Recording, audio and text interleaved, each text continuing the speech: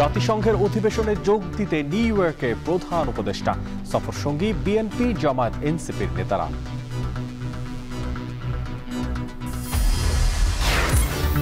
ফিলিস্তিনকে স্বাধীন রাষ্ট্রের স্বীকৃতি দিল ফ্রান্স, চালু হবে দূতাবাস। জাতিসংঘ অধিবেশনে প্রেসিডেন্ট ম্যাক্রন।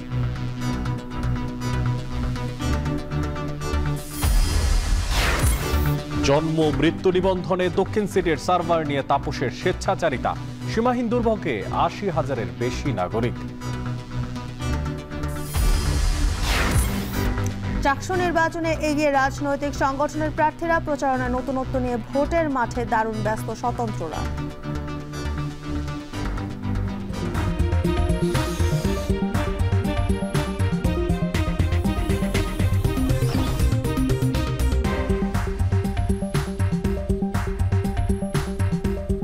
স্বাগত। এখন সকালে পুরো আয়োজনে আপনাদের সঙ্গে আছি আমরা দুজন, আমি জানসিন জুথিকা এবং আমি মশিউর অনিক।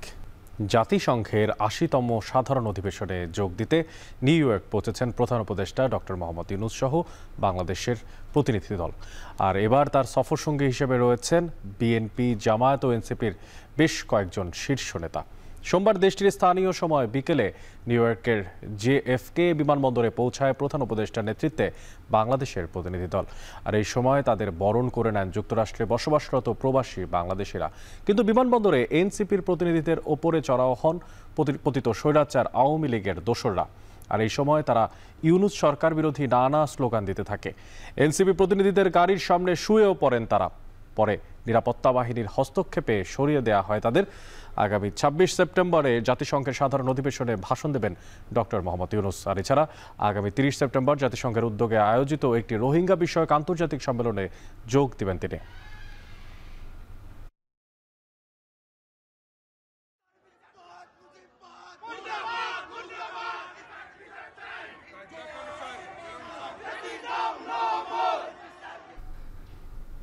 ফিলিস্তিনকে আনুষ্ঠানিকভাবে রাষ্ট্রের স্বীকৃতি দিল ফ্রান্স। জাতিসংঘের সাধারণ অধিবেশনে ভাষণ দিতে গিয়ে ফরাসি প্রেসিডেন্ট এমানুয়েল ম্যাক্রন এই ঘোষণা দেন।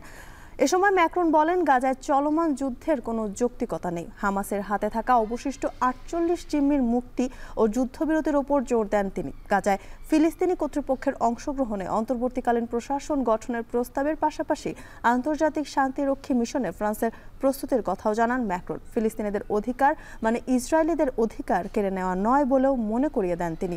এরই মধ্যে যুক্তরাজ্য, অস্ট্রেলিয়া, বেলজিয়াম সহ একাধিক দেশ ফিলিস্তিন রাষ্ট্রকে স্বীকৃতি দিয়েছে। এবার ফ্রান্সও যোগ দিল সেই তালিকায়।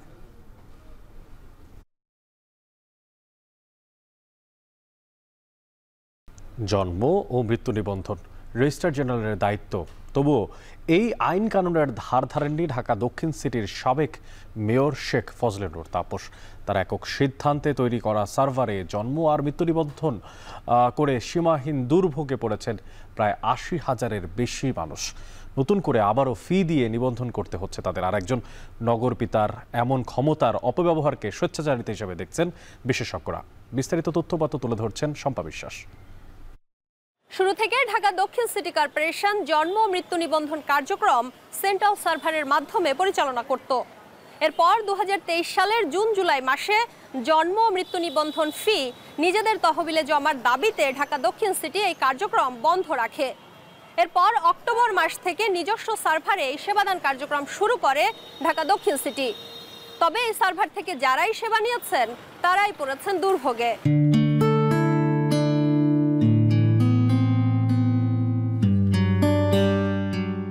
৪ বছরের শেহরিশ চিকিৎসার জন্য বিদেশ যাওয়ার প্রয়োজন হলেও তার পাসপোর্ট আটকে আছে জন্ম সনদ জটিলতায়। ২০২৩ সালের অক্টোবর মাসে ঢাকা দক্ষিণ সিটি কর্পোরেশনের নিজস্ব সার্ভার চালুর পর ৫ নভেম্বর শেহরিশের জন্ম নিবন্ধন করা হয় খিলগাঁও থেকে। এরপর সেই জন্ম সনদের ভিত্তিতে ৪,০০০ টাকা ফি দিয়ে ২০২৫ সালের ৯ আগস্ট শেহরিশের ই পাসপোর্টের জন্য আবেদন করা হয়। তখনই বাধে বিপত্তি। পাসপোর্টের সার্ভারে খুঁজে পাওয়া যায়নি শেহরিশের জন্ম সনদ, কারণ ডিএসসিসি নিজস্ব সার্ভার সেন্ট্রাল সার্ভারের সঙ্গে যুক্ত নয়। এখানে যে কিউআর কোড আছে তাতে আমি জিসিসির যে ওয়েবসাইটে কিউআর কোড দিলে জিসিসির ওয়েবসাইটে আমি দেখতে পারতেছি তারা দেখতে পারতেছে না গভর্নমেন্ট ওয়েবসাইটে। এইটার জন্য তো আমরা দায়ী না। এখন যখন আমার নতুন করে বার্থ সার্টিফিকেট করব, এখানে সময় সাপেক্ষের বিষয়, এবং তখন যে এটা আবার নতুন করে আমি অ্যাপ্লাই করতে হচ্ছে, তাহলে আমার এই গভর্নমেন্ট খাতে যে টাকাটা দিলাম, যে ফিটা জমা দিলাম, তাহলে সেই ফিটা কোথায় যাবে? বার্থ সার্টিফিকেট হাতে পেয়ে গিয়েছি, যে ওর বার্থ সার্টিফিকেট সব ডান। কিছুদিন আগে পাসপোর্ট অফিসে যখন আমরা পাসপোর্টের জন্য আমরা দাঁড়াই, তখন ভেরিফিকেশনে দাঁড়ানোর পর দেখা গিয়েছে ওটা ভেরিফাই কোনোভাবেই হচ্ছে না। খোঁজ নেওয়ার পর জানতে পারি যে এটা ওরা ওখান থেকে করেছে, বাট ওরা সরকারি খাতায় ওরা নিজেরাই উঠায়নি। তো ওইটা আমার বাচ্চার সরকারি অফিসিয়ালি কোনো কিছু নাই, বাট ওখানে ওদের কাগজ আছে। যখন ওদেরকে জানানো হয় যে এটা আমার বাচ্চার ভেরিফিকেশন হচ্ছে না বা এটাতে ব্যাহত হচ্ছে পাসপোর্ট করাতে, তখন তারা জানায় যে এটা তারা এর জন্য দায়বদ্ধ না। শেহরিশের মতো এমন ভোগান্তি আরও অনেকের। এই ভোগান্তির সূত্রপাত ডিএসসিসির সাবেক মেয়র শেখ ফজলে নূর তাপসের জেদ থেকে। তার একক সিদ্ধান্ত আর একগুঁয়েমির ফলে সীমাহীন দুর্ভোগ পোহাতে হচ্ছে অনেককে। জন্ম সনদ নেওয়ার পরে যে জটিলতা, কারা দায়িত্বে আছে বা কারা করে, এগুলি আমার মনে হয় এই বিষয়গুলিতে সরকারের বা যারা দায়িত্বপ্রাপ্ত তাদের, আমার মনে হয় না তাদের কোনো রকম মাথা ব্যথা আছে। এটা তাদের সার্ভারের সমস্যা ছিল, সেহেতু তাদের দ্বিতীয়বার এটা ফ্রি করে দিতে হবে। যেখানে আমি একবার টাকা দিয়ে দ্বিতীয়বার কেন করতে যাব? যেহেতু তাদের সমস্যা, এটা তো আমার সমস্যা না। 2023 সালের জুন জুলাই থেকে জন্ম ও মৃত্যু নিবন্ধন ফির অর্থ নিজস্ব তহবিলে জমার দাবিতে কার্যক্রম বন্ধ রাখে ডিএসসিসি। এরপর তাপসের একক সিদ্ধান্তে 4 অক্টোবর নিজস্ব সার্ভারে নিবন্ধনের কাজ শুরু করে সংস্থাটি। যদিও জন্ম ও মৃত্যু নিবন্ধন আইন 2004-এর 7-এর ক 2 ধারায় উল্লেখ আছে রেজিস্ট্রার জেনারেলের দায়িত্ব ও কার্যাবলী বিধি দ্বারা নির্ধারিত হবে। এছাড়া 2018 সালে করা এই সংক্রান্ত বিধিমালার 6ষ্ঠ অধ্যায়ের 19-এর 2 ধারায় বলা হয়েছে সফটওয়্যার নির্মাণ, রক্ষণাবেক্ষণ এবং এর মাধ্যমে নিবন্ধনের তথ্য কেন্দ্রীয় তথ্য ভাণ্ডারে সংরক্ষণের এখতিয়ার রেজিস্ট্রার জেনারেলের। তবে এসব আইন কানুনের ধার ধারেননি শেখ তাপস। তার আদেশেই আইন বহির্ভূত নিজস্ব সার্ভারে 10.5 মাসে ঢাকা দক্ষিণ সিটি 78,956টি জন্ম নিবন্ধন এবং 1,471টি মৃত্যু নিবন্ধন করে, যা থেকে আয় হয়েছে 40,21,350 টাকা। তবে এই সার্ভার থেকে যারাই সনদ নিয়েছেন তাদেরকে আবারও নতুন করে সনদ নিতে হবে, যাতে নতুন করে আবারও এসব সাধারণ মানুষকে ব্যয় করতে হবে আরও 40,21,350 টাকা। জনভোগান্তির কথা চিন্তা না করে একজন নগর পিতার ক্ষমতার এমন অপব্যবহারকে স্বেচ্ছাচারিতা হিসেবে দেখছেন বিশেষজ্ঞরা। শিশুদের কষ্ট দেওয়ার জন্য কর্তৃপক্ষ নানা জাতীয় বুদ্ধি এবং কৌশল উদ্ভাবন করে। আমি ব্যক্তিগতভাবে মনে করি এটি তেমনি একটি কৌশল। সরকার বা কর্তৃপক্ষের উপরে লোকজন এবং শিশু কিশোরেরা আস্থা হারাচ্ছে, এটা তো ভালো লক্ষণ না। তারা জনগণের ভোটে যেহেতু নির্বাচিত হননি, সুতরাং কোনো জনগণের জন্য দায়বদ্ধতা ছিল না। যদি নির্বাচনটা এরকম হতো যে আবার তাকে এসে জনগণের ভোট পেতে হবে, তাহলে কখনোই সার্ভিস এরকম হতো না। তো এরকম খামখেয়ালিপূর্ণ কাজ করা, এটা খুবই একটা গর্হিত অপরাধ আর কি বলা যায়। এদিকে দক্ষিণ সিটির নতুন প্রধান নির্বাহী কর্মকর্তা বলছেন, ডিএসসিসির নিজস্ব সার্ভার থেকে জন্ম ও মৃত্যু সনদ নিয়ে ভোগান্তির বিষয়টিকে সর্বোচ্চ গুরুত্ব দিয়ে সমাধানের চেষ্টা করা হচ্ছে। নতুন করে নিবন্ধন করতে এলে ভুক্তভোগীদের অগ্রাধিকার দিয়ে সেবা দেওয়ার প্রতিশ্রুতিও দিয়েছেন তিনি। ফিটা কিন্তু আসলে খুব বেশি না, খুব বেশি না হলেও জনগণ যেহেতু একবার দিয়েছে, সে এই বয়স কিন্তু তার রেজ করার অধিকারও আছে। বাট আমরা তাদেরকে রিকোয়েস্ট করেছি, আসলে এই যে জন্ম সনদের যে সফটওয়্যারটা ডেভেলপ করেছে এটা আসলে ত্রুটিপূর্ণ ছিল। আমরা বলেছি আমাদের যারা জন্ম নিবন্ধন সনদ ইস্যু কর্তৃপক্ষ আছে, বিভিন্ন আঞ্চলিক অফিস, তারা এটিকে সর্বোচ্চ অগ্রাধিকার দিয়ে দেখেছে। গত বছরের 5 আগস্টের আগ থেকেই শেখ তাপস কর্মস্থলে আসা বন্ধ করেন। এরপর ওই বছরের 14 আগস্ট স্থানীয় সরকার বিভাগের আদেশে ঢাকা দক্ষিণ সিটি তাদের নিবন্ধন সংক্রান্ত কাজ কেন্দ্রীয় সার্ভারে করতে শুরু করে। শম্পা বিশ্বাস, এখন, ঢাকা। জনবল, টাকা আর সাংগঠনিক শক্তি নিয়েই চাকসু নির্বাচনে অনেকটাই এগিয়ে রাজনৈতিক সংগঠনের প্রার্থীরা। তবে ভোটের মাঠ ছেড়ে কথা বলতে রাজি নন স্বতন্ত্র প্রার্থীরাও। শুধুমাত্র ব্যক্তি ইমেজ নিয়েই লড়াইয়ে নেমেছেন তারা। প্রচারণায় নতুনত্ব, ব্যক্তি ভাবমূর্তি ও স্বেচ্ছাসেবী কাজগুলোকে হাতিয়ার করে শিক্ষার্থীদের মন জয় করতে চান স্বতন্ত্র প্রার্থীরা। শোয়েব রহমানের প্রতিবেদন। চাকসু নির্বাচনে ভিপি পদে আবেদন করেছেন 25 জন, আর জিএস ও এজিএস পদে আবেদন করেছেন 22 জন করে প্রার্থী। এরই মধ্যে ঘোষণা করা হয়েছে প্রায় 11টি পূর্ণাঙ্গ প্যানেল, অর্থাৎ ভিপি, জিএস ও এজিএস পদে প্যানেলের বাইরে স্বতন্ত্রভাবে লড়ছেন ৩৮ শিক্ষার্থী। ইতোমধ্যে প্যানেলগুলো তাদের প্রার্থী পরিচিতির কাজ শেষ করেছে সংবাদ সম্মেলন করে। ছাত্র সংগঠনগুলোর এসব আয়োজনে ছিল কর্মী সমর্থকদের ব্যাপক উপস্থিতি। তবে এর বাইরে স্বতন্ত্রভাবে যারা নির্বাচন করছেন তাদের প্রস্তুতি কেমন?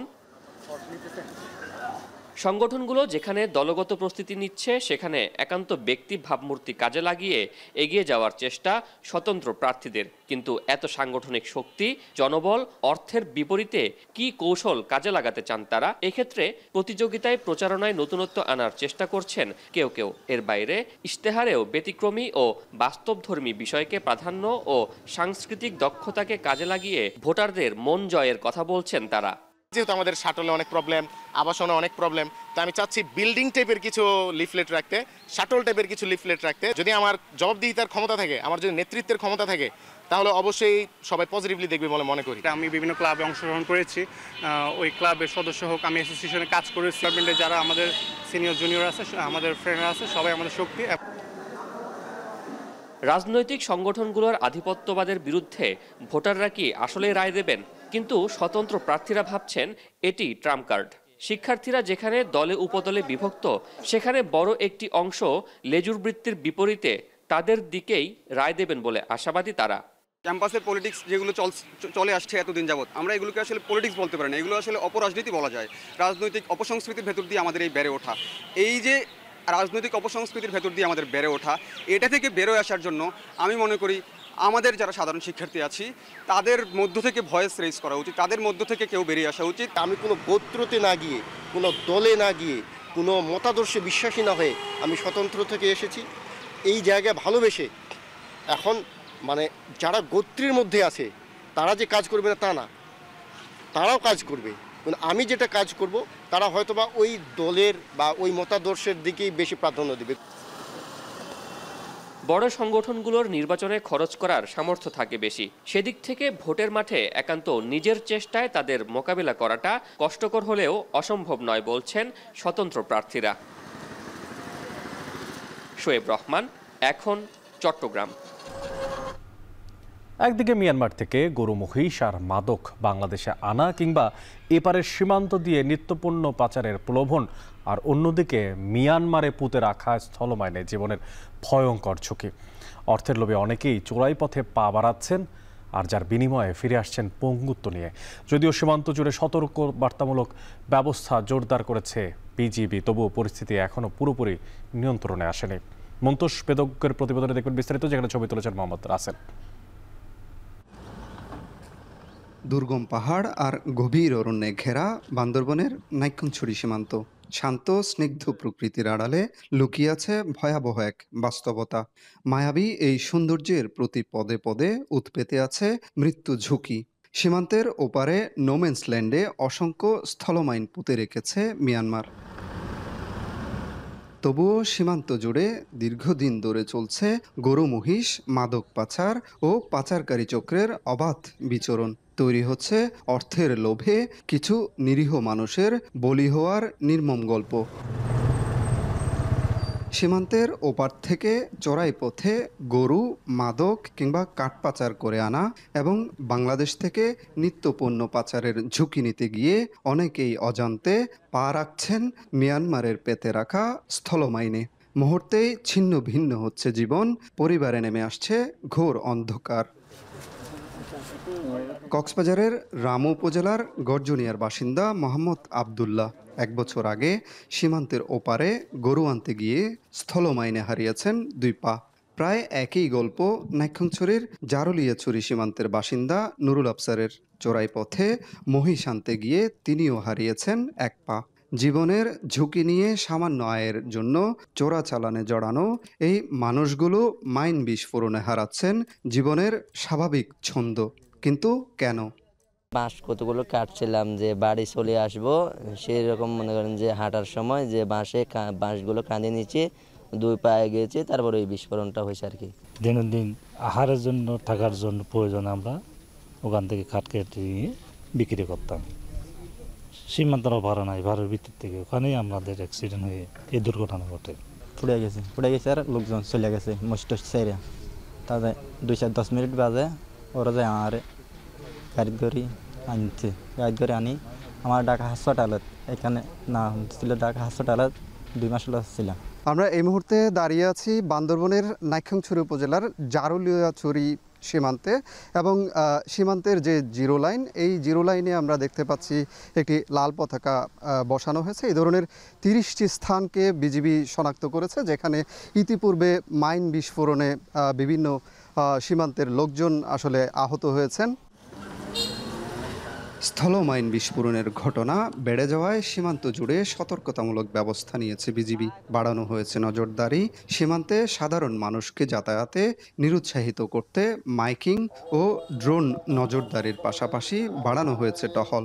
এত কিছুর পরও কেবল চলতি বছরেই সীমান্তে স্থল মাইন বিস্ফোরণে অন্তত 10 জন আহত হয়ে পা হারিয়েছেন। এখন অনেকটা কমে আসছে। আপনারা যদি পরিসংখ্যান দেখেন, বিগত 1 মাসে কোনো মাইন বিস্ফোরণের ঘটনা ঘটেনি, এবং আমরা এটা প্রচার অব্যাহত রাখবো। ইনশাল্লাহ এটা জিরো কোঠা নেমে আসবে বলে আমি বিশ্বাস করি। বিজিবি ও স্থানীয় প্রশাসনের প্রচেষ্টায় সচেতনতা বাড়লেও চোরাচালানের প্রলোভনে এখনও অনেকে পা বাড়াচ্ছেন সীমান্তে। স্থানীয়দের সচেতনতার অভাব ও শিক্ষার নিম্নহার ঝুঁকির মাত্রা আরও বাড়াচ্ছে বলে মত উপজেলা প্রশাসনের। প্রাথমিক বিদ্যালয় থেকে শুরু করে হাই স্কুল, মাদ্রাসা, প্রত্যেক শিক্ষক যারা আছেন তাদেরকে আমরা বলছি, আপনারা আপনাদের শিক্ষার্থীর যারা ভবিষ্যৎ প্রজন্ম আছে তারা যেন এটা শিকার না হয়, সেভাবে আপনারা বড় করেন একটা জেনারেশন। এত বড় সীমান্ত তো এত অল্প লজিস্টিক্সে আসলে জনসচেতনতা ছাড়া এটাকে একসাথে মোকাবেলা করা কোনোভাবেই সম্ভব না। ব্যক্তিগত লোভের কারণেই অনেকে ঝুঁকিপূর্ণ পথে পা বাড়াচ্ছেন।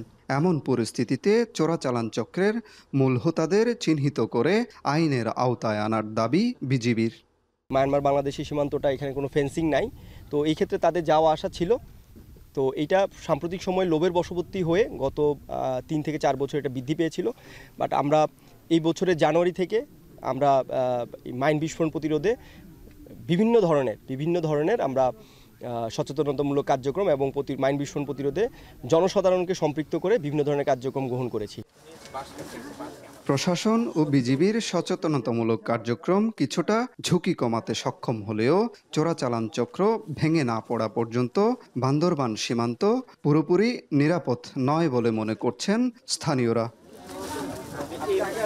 মনতোষ বেদজ্ঞ, এখন বান্দরবান। সাতক্ষীরার বাজারে উঠতে শুরু করেছে ফুলকপি, বাঁধাকপি, শিম, টমেটো সহ শীতকালীন আগাম জাতের বিভিন্ন সবজি। তবে দাম বেশ চড়া হওয়ায় সাধারণ ও নিম্ন আয়ের মানুষের নাগালের বাইরে। তবে মৌসুমের শেষ দিকে এসে গ্রীষ্মকালীন সবজির দাম কিছুটা কমেছে।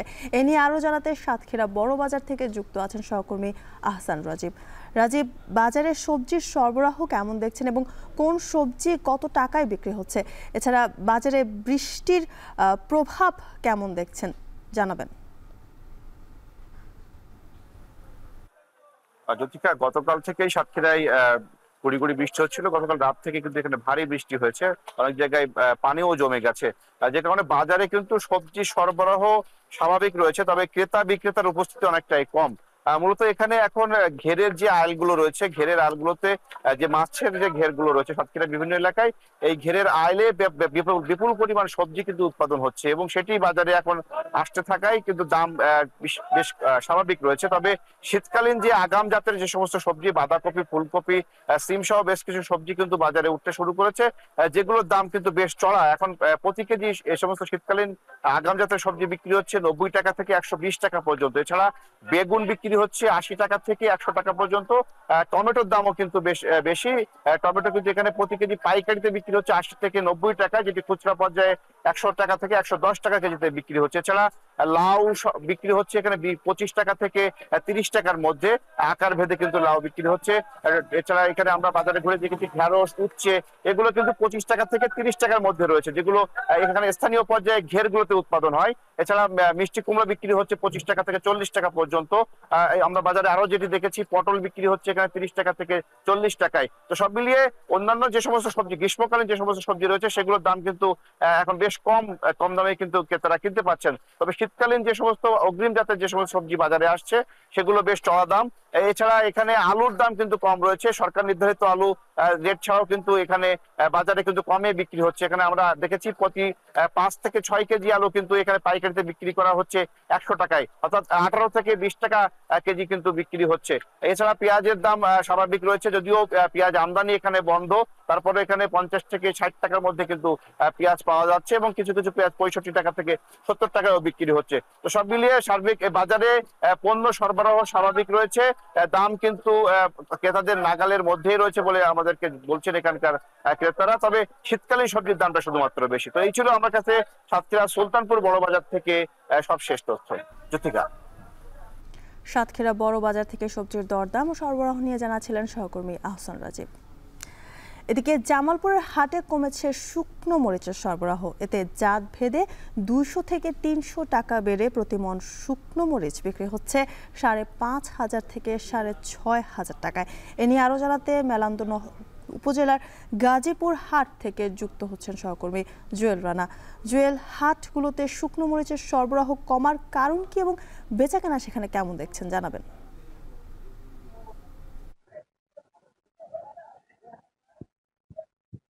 জ্যোতিকা, জামালপুরের 7 উপজেলার বিস্তীর্ণ চরাঞ্চলে সারা বছর জুড়ে শুকনা মরিচ এবং কাঁচা মরিচের চাষ হয়ে থাকে। আজকে সপ্তাহের মঙ্গলবার অর্থাৎ সপ্তাহের দ্বিতীয় শেষ হাট।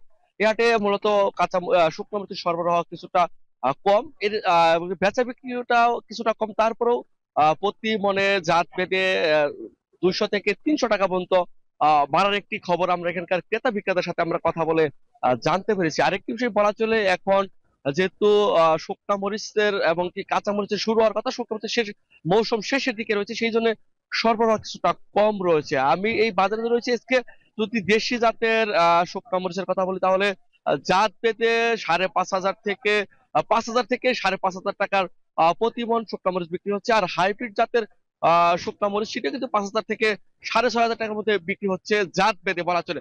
আরেকটি বিষয় বলা চলে, এখন এই শুকনা মরিচ এখানকার জামালপুরের যে বিস্তৃত চরাঞ্চলের যে মরিচ চাষিরা রয়েছে, তারা এই হাটে এখানকার সবশেষ যে তাদের সংরক্ষিত যে মরিচগুলো ছিল সেই মরিচগুলো এই হাটে বিক্রি করে এখন তারা পুনরায় আবার কাঁচা মরিচের যে প্রস্তুতি, মাঠ প্রস্তুতি, সার বিষ সেটির প্রস্তুতি তারা ইতিমধ্যে শুরু করেছে। মাঠে মাঠে এখন কিন্তু কৃষকরা ব্যস্ত রয়েছে, সেই মরিচ চাষের যে আগাম প্রস্তুতি সেটি তারা মাঠে নিতে শুরু করেছে। আর এতে করেই বাজারে কিন্তু মরিচ বেচা কেনা হচ্ছে। আরেকটি বিষয় বলা চলে, শনিবার সবচেয়ে বড় হাট হয়ে থাকে আর মঙ্গলবার কিছুটা কম হয়ে থাকে। আর এখানকার মরিচ কিন্তু ঢাকা রাজধানী চক, খুলনা, ফেনী, নোয়াখালী, টাঙ্গাইল সহ সারা দেশে কিন্তু এখানকার মরিচ কিন্তু সরবরাহ হয়ে থাকে। এখানকার যে ব্যবসায়ী রয়েছে, দূর দূরান্তের ব্যবসায়ী, তারা একদিন আগেই কিন্তু এই হাটে চলে আসে, এমনকি আশেপাশে বিভিন্ন বোর্ডিং যে আবাসিক ভবন রয়েছে সেখানে কিন্তু তারা থেকে থাকে। সব মিলিয়ে বলা চলে মরিচের সবশেষ যে দাম সেটি একটুটা কমে যাচ্ছে। এই ছিল জামালপুর থেকে আমাকে সবশেষ মরিচের হাটের তথ্য। জ্যোতিকা। গাজীপুর হাট থেকে যুক্ত ছিলেন সহকর্মী জুয়েলরা, জানাচ্ছিলেন সেখানকার সবশেষ তথ্য। ঝোপঝাড়ে ঢাকা পড়ে পরিত্যক্ত হয়েই পড়ে আছে বান্দরবানের সদর উপজেলার টঙ্কাপতি স্বাস্থ্য ও পরিবার কল্যাণ কেন্দ্র। দীর্ঘদিন ধরে বন্ধ থাকা এই প্রতিষ্ঠানের এখন এমন অবস্থা হয়েছে যে এলাকাবাসীও বলতে পারছে না যে আসলে শেষ কবে এখানে মিলেছে চিকিৎসা সেবা। অথচ বেতন ভাতা থেকে শুরু করে বাকি সকল সুযোগ সুবিধাই পাচ্ছেন কর্মকর্তা কর্মচারীরা, নিচ্ছেন নানা সুযোগ সুবিধাও। রিজবি রাহাত জানাচ্ছেন বাকিটা। চারপাশে বড় বড় আগাছা ও জঙ্গলের এই চিত্র বান্দরবনের টঙ্কাপতি ইউনিয়ন স্বাস্থ্য ও পরিবার কল্যাণ কেন্দ্রের। নেই কোনো চিকিৎসক বা সেবাকর্মী, ফলে চিকিৎসা সেবা থেকে বঞ্চিত হচ্ছে প্রান্তিক মানুষেরা। ভবনের চারপাশে জমে থাকা পানি, ময়লা ও জঙ্গলে বাড়ছে মশার উপদ্রব, ছড়িয়ে পড়ছে রোগের বিস্তার। কেন্দ্রের মূল ফটক ও ভেতরেও নেই পরিষ্কার পরিচ্ছন্নতা, ব্যবহারে অনুপযোগী অফিসে ঢোকার প্রবেশপথ। কর্মচারী কর্মকর্তাদের অনুপস্থিতিতে প্রতিদিন ফিরে যাচ্ছে দূর দূরান্ত থেকে আসা পাহাড়ি বাঙালি রোগীরা। ডাক্তারও আসে না, কিছু আসে না, আমরা সেবা পাচ্ছি না। এখানে অনেক পরিবার আছে, অনেক ছোট ছোট মানুষ আছে। নিয়মিত ডাক্তারেরা আসে না এবং নিয়মিত এখানকার জনগণের সেবা পাচ্ছে না। হাসপাতালও নগলে হনা স্টাফ নয়, কিন্তু মাসের 29 তারিখে আইয়ের সম্পূর্ণ চাই নৌকো করে দিয়ে যান জন্য এলাকার লোকজন আসলে উনি বলে আবার যদি নতুনভাবে যদি সরকার গঠন করে তারপর ওষুধ আমরা দিতে পারবো, এখন ওষুধ দরকার নেই। স্থানীয়দের দীর্ঘদিনের অভিযোগের ভিত্তিতে ইতোমধ্যে ৩ জন স্টাফকে বদলি করা হয়েছে। অনিয়মের অভিযোগ প্রমাণ হলে ব্যবস্থা নেওয়া হবে বলে জানান এই কর্মকর্তা। আমাদের কাছে অভিযোগ এসেছে এবং জেলা পরিষদ চেয়ারম্যানও জানেন এই ব্যাপারে। জেলা পরিষদ চেয়ারম্যান আমাকে এবং এখানকার আমাদের যে নির্বাহী কর্মকর্তা আছেন এরকম 2 জনকে দায়িত্ব দিয়ে বলেছেন যে একটু তদন্ত করার জন্য। আমরা খুব শীঘ্রই এই তদন্তে যাব। এছাড়া যারা কর্মস্থলে অনুপস্থিত বা দায়িত্ব অবহেলা করেছে তাদের বিরুদ্ধে বিভাগীয় ব্যবস্থা নেওয়া হবে বলে জানান জেলা পরিবার পরিকল্পনা বিভাগ। নতুনভাবে একজন পরিবার কল্যাণ পরিদর্শিকাকে দিয়েছে, সে আশা করি এখন ওখানে নিয়মিত ওই এলাকাবাসী নিয়মিত সেবা পাবে। আর যারা এখানে দায়িত্বে গাফিলতি করছিল অথবা যারা গাছ কাটায় জড়িত ছিল সেটা আমাদের ঊর্ধ্বতন কর্তৃপক্ষ যেভাবে তাদেরকে শাস্তি দেবে সেভাবেই শাস্তির ব্যবস্থা দেয়। মাসের পর মাস কর্মস্থলে না গিয়ে সরকারি বেতন ভাতা সহ সব সুযোগ সুবিধা ভোগ করছেন এই স্বাস্থ্য কেন্দ্রের কর্মকর্তা কর্মচারীরা। এখন বান্দরবান। দেশের সর্ববৃহৎ ৮ কিলোমিটার দৈর্ঘ্যের শরীয়তপুর চাঁদপুর সেতু নির্মাণ করতে যাচ্ছে সরকার। এই প্রথম কেবল স্টেডের সেতুতে সবচেয়ে দীর্ঘ স্প্যান ব্যবহৃত হতে যাচ্ছে। এরই মধ্যে ফিজিবিলিটি স্টাডি শেষে অর্থায়নে এগিয়ে এসেছে দক্ষিণ কোরিয়া ও জাপান। সেতু নির্মাণ শেষ হলে দেশের ৩২ জেলার সাথে সড়কপথে যোগাযোগ আসবে বৈপ্লবিক পরিবর্তন। সংযোগ স্থাপন হবে দেশের 2টি প্রধান সমুদ্র বন্দর সহ 4টি বন্দরের মধ্যে। গতি পাবে আমদানি রপ্তানি। 70 কিলোমিটার দূরত্ব কমায় ঢাকার উপর যানবাহনের ওপর চাপ কমবে। সজীব খানের ছবিতে বিস্তারিত জানাচ্ছেন কাজী মনিরুজ্জামান। দক্ষিণ পশ্চিমাঞ্চলের সাথে দক্ষিণ পূর্বাঞ্চলের সড়কপথে সহজ যোগাযোগের বড় বাধা এই মেঘনা নদী। এই নদী পারাপার হচ্ছে প্রতিদিন পণ্যবাহী যানবাহন ও যাত্রী। এর ফলে শিকার হচ্ছেন নানা ভোগান্তির। শরীয়তপুর চাঁদপুর নৌপথ ফেরিতে প্রতিদিন পারাপার হয় শত শত যানবাহন। এছাড়া ইঞ্জিন চালিত নৌকায় নদী পার হন হাজারো যাত্রী। ফেরি দিয়ে যাতায়াতে প্রায় সময় থাকতে হয় পারাপারের অপেক্ষায়। দুর্যোগপূর্ণ আবহাওয়ায় ভোগান্তি বাড়ে কয়েক গুণ। প্রতি মাসে আমার একবার যেতে হয় বরিশাল মেডিকেল কলেজে, কিন্তু এই গত কয়েকদিন আগে যেতে পারি নাই, ওয়েদার খারাপ ছিল, ফেরি চলে না। ফেরি আসবে কখন সেইটাকে উঠবো, তারপর যাব, ঘন্টার পর ঘন্টা বসে। এই ভোগান্তিটা অনেক কমে আসবে যদি আমাদের ব্রিজটা হয়। আপনার ওই দুর্যোগপূর্ণ আবহাওয়া যেমন হইলে যেমন গাড়িগুলো বন্ধ থাকে, ফেরি বন্ধ থাকে, আর গাড়ির একটা পারাপার সমস্যা হয়। সরকার মেঘনা নদীর ওপর নির্মাণ করতে যাচ্ছে 4 লেনের 8.4 কিলোমিটারের সেতু। সেতুটির 3টি ধাপে থাকবে 2100 মিটার কেবল স্টেড। নদীর নাব্যতা বজায় রাখতে এই প্রথম সেতুর মাঝ বরাবর 700 মিটার এবং উভয় পাশে 400 ও 300 মিটার দূরত্বের স্প্যান ব্যবহার করা হবে। নৌযান চলাচল ঠিক রাখতে পানির স্তর থেকে সেতুর উচ্চতা হবে 30 মিটার। সেতু নির্মাণে 2022 সালে সমীক্ষা শুরু করে সেতু বিভাগ।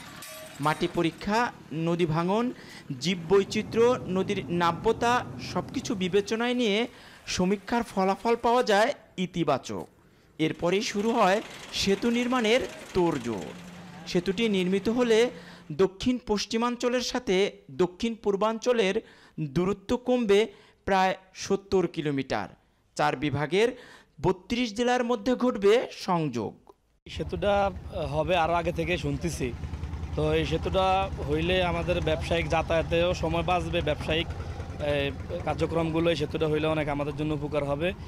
এটা অত্যন্ত ভালো হবে এবং বর্তমানে পায়রা বন্দর, এই মোংলা বন্দর, এরপরে চট্টগ্রাম বন্দরের যোগাযোগটা বাড়বে।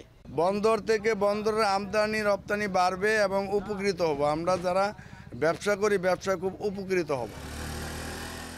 এরই মধ্যে সড়ক সম্প্রসারণের প্রস্তুতি নেওয়া হয়েছে। বর্তমান নির্মাণ করা হচ্ছে 2 লেনের সড়ক। 4 লেন সড়ক নির্মাণের পরিকল্পনা নিয়ে চলছে ভূমি অধিগ্রহণের কাজ। এই সেতু নির্মাণ হলে সড়ক যানবাহন চলাচলের জন্য খুবই উপযুক্ত।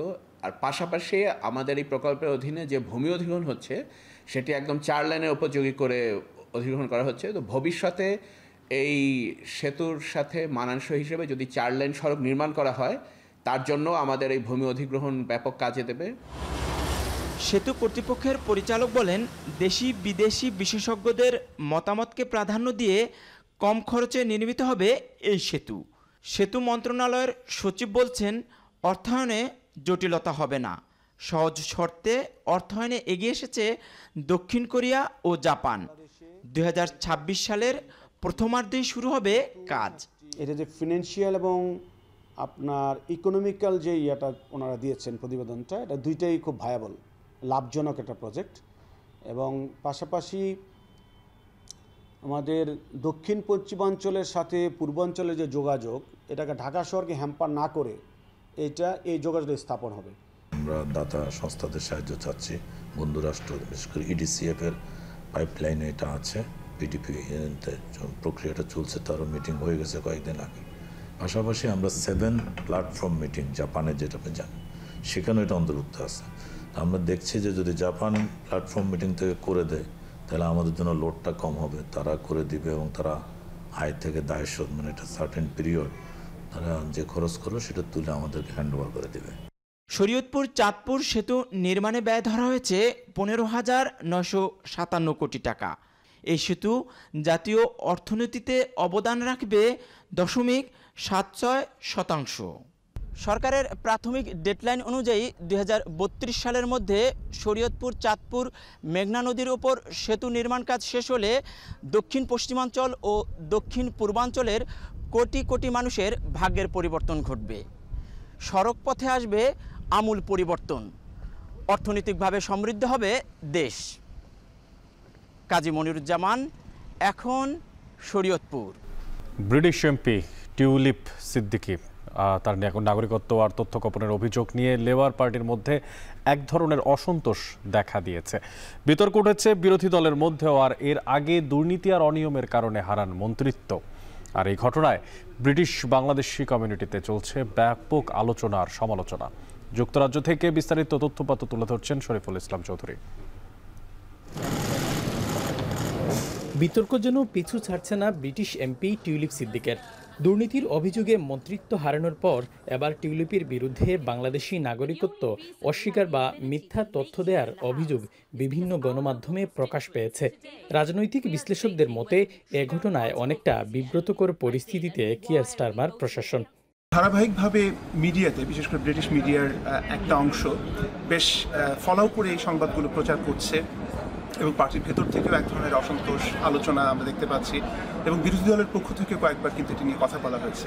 কাজে এই পুরো বিষয়টি খুবই বিব্রতকর কিয়ার স্টারমারের জন্য। আগামী দিনগুলোতে যদি তিনি কোনো কঠোর সিদ্ধান্ত নেন, সেটা খুব অবাক হব না আমরা যে হয়তো তার রাজনৈতিক ভবিষ্যতে এক ধরনের অনিশ্চয়তার মধ্যে পড়ে যাচ্ছে বলে আমার কাছে অন্তত অ্যাপারেন্টলি মনে হচ্ছে।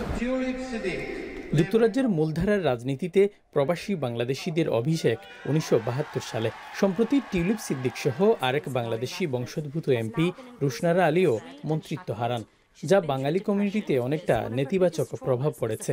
পরবর্তী প্রজন্মের জন্য বাজে উদাহরণ তৈরি হচ্ছে বলেও মনে করেন প্রবাসীরা।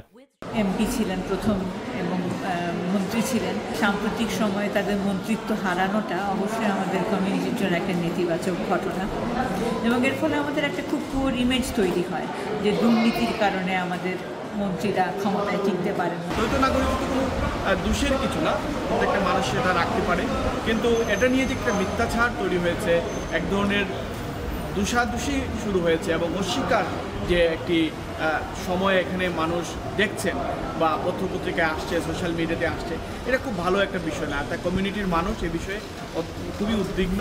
আমার মনে হয় একজন রাজনীতিবিদ হিসাবে একজন নীতি নির্ধারণী পর্যায় থেকে তাদের যে কোনো মন্তব্য, ব্যাপার মন্তব্য থেকে দূরে থাকা উচিত। বাংলাদেশ ও যুক্তরাজ্যের গণমাধ্যমের যৌথ অনুসন্ধানী প্রতিবেদনের প্রতিক্রিয়ায় টিউলিপ সিদ্দিক সব অভিযোগ অস্বীকার করেছেন।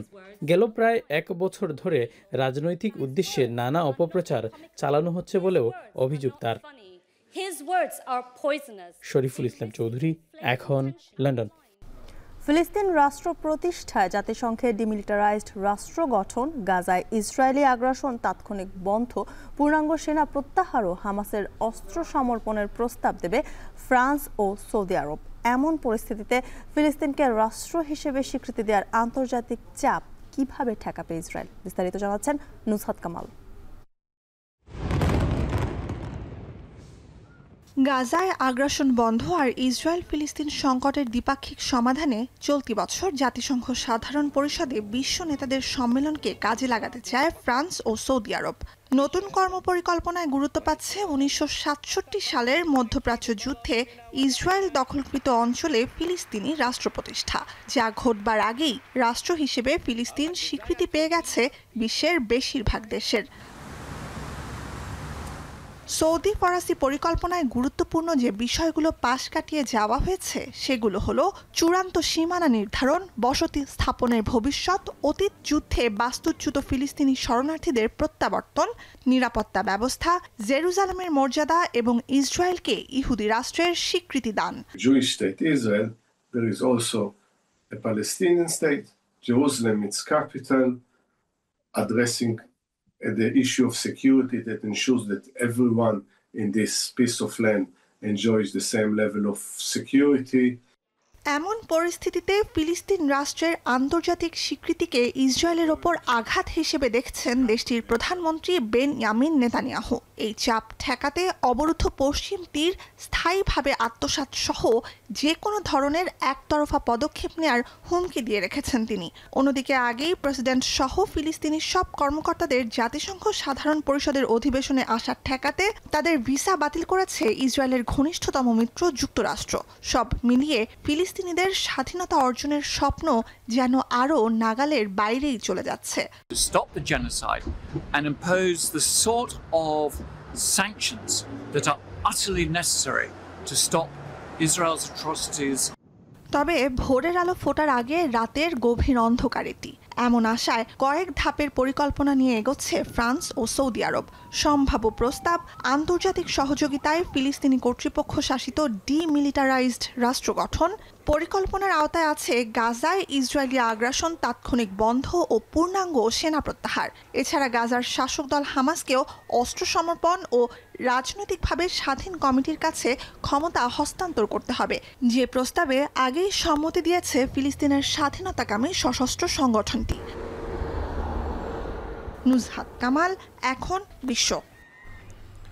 তীব্র খাবার পানি সংকটে ভুগছে আফ্রিকার সাব-সাহারান অঞ্চলের দেশগুলো। জলবায়ু পরিবর্তনজনিত কারণে দীর্ঘমেয়াদী খরায় দিন দিন বাড়ছে এই সংকট, আর এছাড়া কমছে অঞ্চলগুলোতে খাদ্যশস্য উৎপাদনও। জলবায়ু পরিবর্তন আর পানির সংকট মোকাবেলায় এইসব দেশে অবকাঠামোগত উন্নয়নের উপর জোর দিচ্ছেন বিশেষজ্ঞরা। বিস্তারিত অর্ণব প্রসাদের রিপোর্টে। দশকের পর দশক ধরে চলা গৃহযুদ্ধ, সীমাহীন দারিদ্রতা, অপর্যাপ্ত শিক্ষা ও চিকিৎসা সংকটে ভুগছে আফ্রিকা মহাদেশের সাব-সাহারান অঞ্চলের দেশগুলো। এছাড়াও দেশগুলোতে মানুষের স্বাভাবিক জীবনযাত্রা ব্যাহত করছে খাবার পানির সংকট। জলবায়ু পরিবর্তনজনিত কারণে অনিয়মিত বৃষ্টিপাত, খরা, জনসংখ্যা বৃদ্ধি, স্যানিটাইজেশনের অভাব, পানি সরবরাহের উৎসগুলোতে অব্যবস্থাপনা সবকিছু মিলিয়ে সাব-সাহারান অঞ্চলের মানুষেরা বঞ্চিত হচ্ছেন খাবার পানির অধিকার থেকে। ইউরোপিয়ান কমিশনের জয়েন্ট রিসার্চ সেন্টারের সাম্প্রতিক গবেষণা অনুযায়ী দীর্ঘদিন বৃষ্টিপাত না হওয়ায় অঞ্চলগুলোর নদ নদীর পানির স্তর পৌঁছেছে শূন্যের কোঠায়। অব্যাহত খরার কারণে পানি সংগ্রহে সবচেয়ে বেগ পেতে হচ্ছে দেশটির নারী ও কিশোরীদের। শুধু পানি সংগ্রহে দিনের বেশিরভাগ সময় খরচ করায় অনেক মেয়ে শিশু বঞ্চিত হচ্ছে শিক্ষা থেকে। When you come here in the morning, it is usually crowded with people waiting to fetch water. As a schoolgirl, if it is your turn to fetch, you will miss class that day. বিশ্বব্যাংকের প্রতিবেদন অনুযায়ী sub-Saharan অঞ্চলগুলোতে 2020 সালে জনসংখ্যা বৃদ্ধির হার ছিল 2.7%, যা Asia ও Latin আমেরিকার তুলনায় কয়েকগুণ বেশি। জনসংখ্যার চেয়ে পানির উৎস কম থাকার কারণেও বাড়ছে সংকট। এদিকে অঞ্চলগুলোতে পানি সংগ্রহের যে নলকূপ ও ট্যাঙ্কি রয়েছে সেগুলোর বেশিরভাগই পুরাতন। এছাড়া রয়েছে স্যানিটাইজেশন সমস্যা, ফলে পাইপগুলো থেকে নিয়মিত পাওয়া যায় না বিশুদ্ধ পানি। অনেকে বাধ্য হয়ে খাবার পানি সংগ্রহ করছে নদী থেকে। এতে বাড়ছে পানিবাহিত রোগের সংক্রমণ। It's a serious burden because almost all districts they report increase in these numbers, in the number of these typhoid cases or in the number of diarrhea cases, and a lot of hospitals also do get typhoid perforations where they have to do surgeries to cut part of the intestine that is perforated, throw it away and reconnect it. শুধু পানির সংকট নয়, অব্যাহত খরার কারণে কমছে খাদ্যশস্যের উৎপাদনও। কেননা সাব সাহারান অঞ্চলের দেশগুলোর কৃষি 95% বৃষ্টির উপর নির্ভরশীল। জিআরসির রিপোর্ট অনুযায়ী টানা খরার কারণে চলতি বছরে মরক্কোতে প্রত্যাশার চেয়ে 25% কমেছে শস্য উৎপাদন। খাদ্যের অভাবে মারা যাচ্ছে গবাদি পশু। No grass, no water, and they're dying. One is lucky to make a few dollars if a cow is about to die, and a butcher is close by to slaughter it instantly. If the rains delay further, it will be a disaster. Africa মহাদেশের পানির সংকট কাটাতে অবকাঠামোগত উন্নয়ন নিশ্চিতে জোর দিয়েছেন বিশেষজ্ঞরা। এছাড়া বৃষ্টির পানি সংরক্ষণ, পানি দূষণ ঠেকাতে জনগণকে সচেতন করা ও স্যানিটাইজেশন ব্যবস্থার উন্নয়নে জোর দিয়েছে বিশেষজ্ঞরা। এগুলো নিশ্চিতে আন্তর্জাতিক দাতব্য প্রতিষ্ঠানগুলোকে এগিয়ে আসার আহ্বান বিশেষজ্ঞদের। অর্ণব প্রসাদ, এখন বিশ্ব। শেষ করছি এখন সকাল। তবে যাওয়ার আগে শিরোনামগুলো জানিয়ে দিতে চাই আরও একবার। জাতিসংঘের অধিবেশনে যোগ দিতে নিউ ইয়র্কে প্রধান উপদেষ্টা, সফর সঙ্গী বিএনপি, জামায়াত, এনসিপির নেতারা।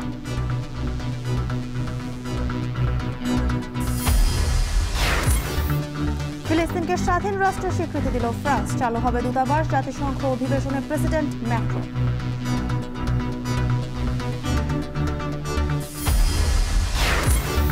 জন্ম মৃত্যু নিবন্ধনে দক্ষিণ সিলেট সার্ভার নিয়ে তাপসের স্বেচ্ছাচারিতা, সীমাহীন দুর্ভোগে ৮০,০০০-এর বেশি নাগরিক। চাকসু নির্বাচনে এগিয়ে রাজনৈতিক সংগঠনের প্রার্থীরা, প্রচারণায় নতুনত্ব নিয়ে ভোটের মাঠে দারুণ ব্যস্ত স্বতন্ত্ররা।